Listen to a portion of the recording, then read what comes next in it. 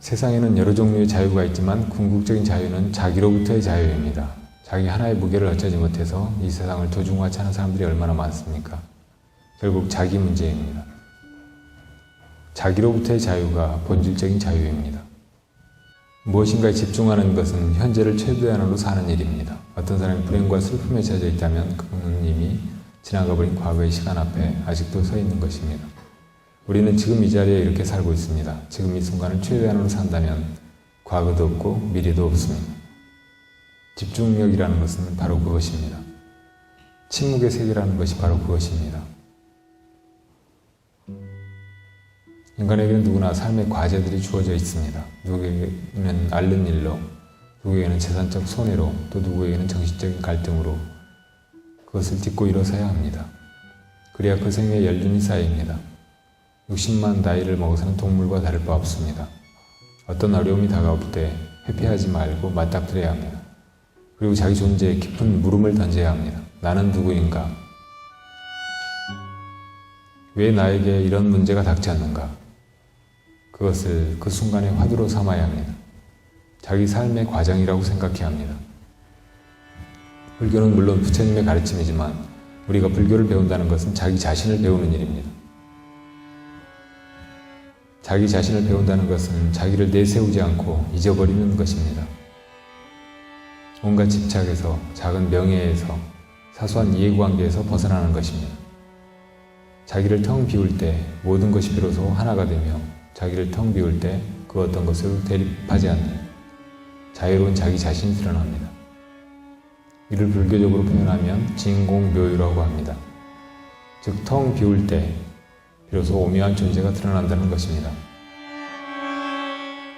모든 고난으로부터 해탈된 자기, 모순과 갈등을 벗어버린 자기, 개체인 자기로부터 전체인 자기로의 변신이 있습니다. 기억하십시오. 불교는 부처님을 믿는 종교가 아닙니다. 부처님의 가르침을 듣고 자기 자신이 부처가 되는 길입니다. 깨달음에 이르는 길입니다. 자기 실현의 길이고 형성의 길입니다.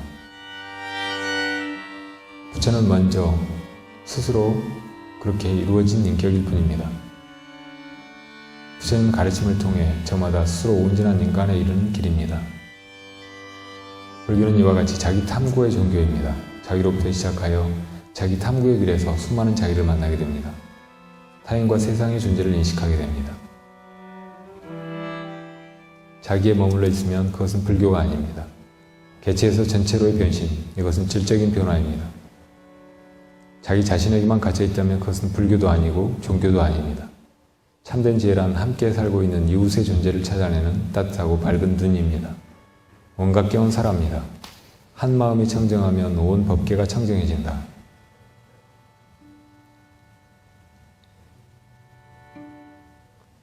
하루 한 시간이라도 자신의 마음을 비추는 시간, 좌선이나 명상하는 시간을 가지십시오. 하루 한 시간이라도 홀로 조용히 앉아서 자기 자신을 들여다보는 시간을 가져야 합니다. 이것은 종교인만이 아니라 사람이면 누구나 해야 할 가장 중요한 일 가운데 하나입니다. 그리고 일주일에 적어도 하루나 이틀 정도는 남을 위해서 봉사하는 시간을 가져야 합니다.